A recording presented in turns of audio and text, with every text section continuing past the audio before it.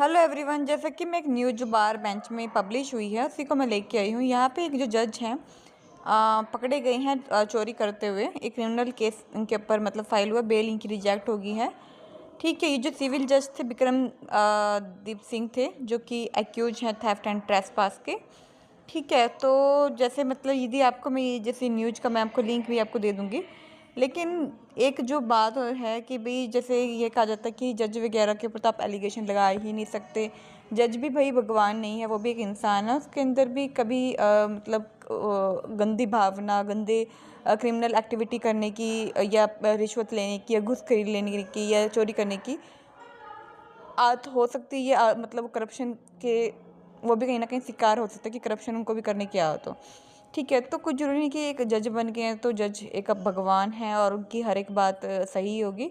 कभी-कभार जैसे हम कई केसेज़ में देखते हैं कि एक जैसे हमने दिल्ली का केस पकड़ा था, उसमें जज ने एक लड़की को जो रेप केस विक्टिम थी उसको दबा मतलब उस केस विथड्रॉ करने के लिए बार-बार कंपेल किया था। उसके ऊपर भी एक्शन हुआ था। आई थिंक रोहिणी कोर्ट के जज थे। तो इस तरीके से जो जज वगैरह के हम केसेज वगैरह पढ़ते हैं तो उस समय ये भी पता चलता है कि भई जज भी करप्टेड हो सकते हैं, वो भी भगवान नहीं हैं।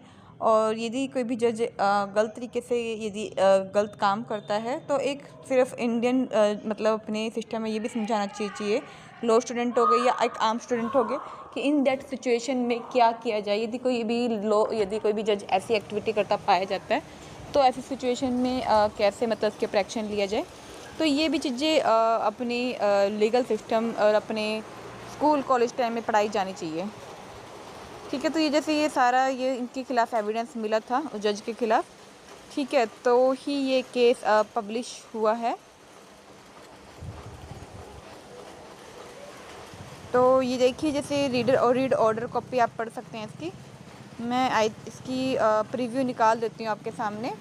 जो ये केस है कहाँ पे फाइल हुआ है, हरिंदर सिंधु कोर्ट में फाइल हुआ है। एडिशनल सेशनल जज हैं ये पटियाला में। केस नंबर आपके सामने दिख ही रहा है।